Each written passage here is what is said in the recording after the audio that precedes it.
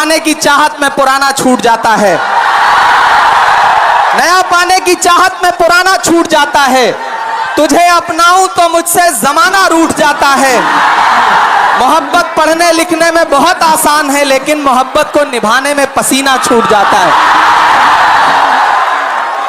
इमारत शरिया के एक बुलावे पर पूरे बिहार, पूरे बंगाल, पूरे उड़ीसा, पूरे झारखंड के कोने कोने से आए हुए अपने हमउम्र साथियों को, अपने बुजुर्गों को सलाम करता हूं। अगली थोड़ी देर आपसे मुखातिब रहना चाहता हूं। दिल्ली में बैठी हुई सरकार एक बिल लेकर के आई है, वक्फ अमेंडमेंट एक्ट। हम ही को कातिल कहेगी दुनिया, हमारा ही कत्लेआम होगा। हम ही को कातिल कहेगी दुनिया, हमारा ही कत्लेआम होगा। हम ही कुएं खोदते फिरेंगे, हम ही पे पानी हराम होगा। हमारे आबाओ अजदाद की दान की हुई जमीनें दिल्ली में बैठी हुई सरकार, दिल्ली का हाकिम लूट करके अपने धन्ना से दोस्तों को देना चाहता है। इसलिए यह बिल लेकर के आया गया है। पूरे मुल्क में इस बिल के खिलाफ एहतजाज हो रहा है। देश की पार्लियामेंट में आपने देखा, हम सारे लोगों ने इस बिल के खिलाफ लगातार लड़ाई लड़ी, लेकिन नंबर उनके पास है, इसलिए यह बिल पास हो गया। अब लड़ाई सड़कों पर लड़नी है। देश की माननीय उच्चतम न्यायालय में, सुप्रीम कोर्ट में यह मुकदमा ऑलरेडी पेंडिंग है और मुझे पूरा यकीन है कि हमारे देश की सुप्रीम कोर्ट इंसाफ जरूर करेगी। महान बादशाह सिकंदर ने जब यूनान फतेह किया तो जीत का जश्न मनाने के लिए वो शहर की सड़कों पर निकला, तो उसने देखा कि पूरा शहर जश्न मना रहा है, लेकिन एक फकीर इंसान सड़क के किनारे बेसुध होकर के सो रहा है। सिकंदर को गुस्सा आया।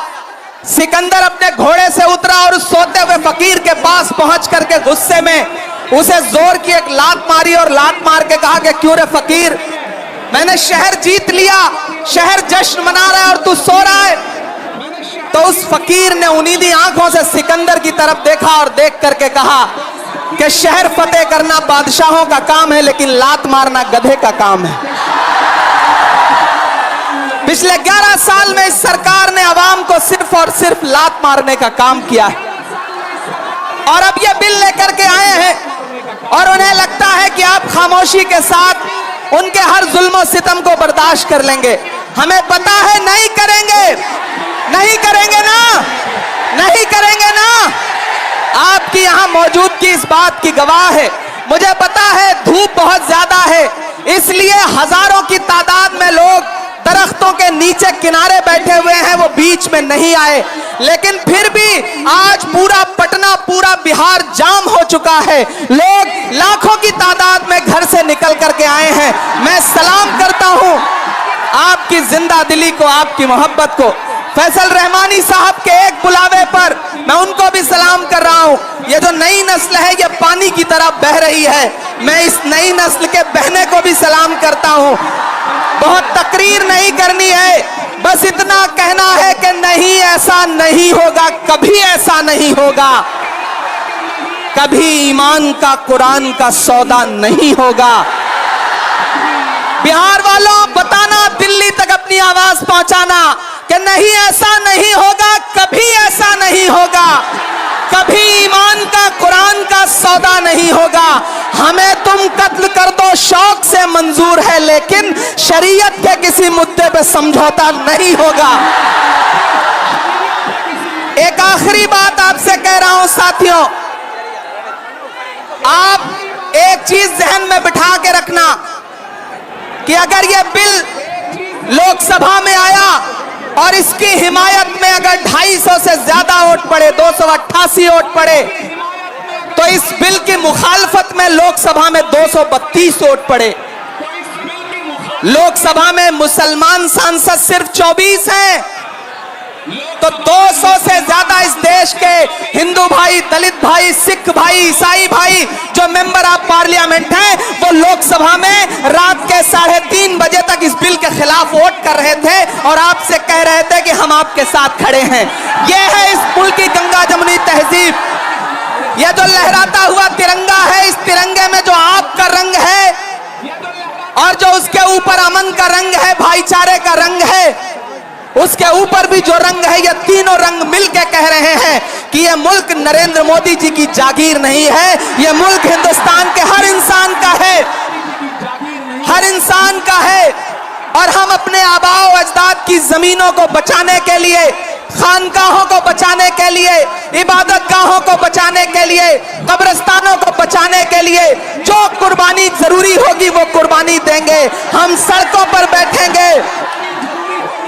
मैं सरकार से कहना चाहता हूं कि जमहूरियत अकड़ से नहीं चलती है जिल्ले इलाही, जमहूरियत इस किताब से चलती है। यह जो संविधान है जिसे डॉक्टर बाबा साहब अंबेडकर ने अपने खून पसीने से लिखा था, इस किताब से मुल्क चलेगा, किसी की अकड़ और जिद से नहीं चलेगा। नरेंद्र मोदी जी, आपको यह समझना पड़ेगा कि आप हमारी हिमायत में जो बिल लेके आए हैं, हमें पता है वो हमारी हिमायत नहीं बल्कि हमें बर्बादी का सामान लेकर के आए हैं। आपकी साजिश हम समझते हैं, आपकी मंशा हम समझते हैं और हम इस बिल के खिलाफ खड़े हैं। आज यहाँ पटना के ऐतिहासिक गांधी मैदान में बस इतना कह के जा रहा हूँ, वक्त बहुत कम है, बोलने वाले बहुत ज्यादा हैं। बस इतना कह के जा रहा हूँ कि हम आतिशे सोजा में भी हक बात कहेंगे, कुंदन की तरह दहर में ताबिंदा रहेंगे। तारीख बताती है कि हर दौरे सितम में हम जिंदा थे, हम जिंदा हैं, हम जिंदा रहेंगे। आवाज दो, आवाज दो, आवाज दो। इधर से सदाएं नहीं आई हैं अभी। आवाज दो, आवाज दो, आवाज दो। अरे इंकलाब जिंदाबाद, इंकलाब, इंकलाब। बहुत शुक्रिया।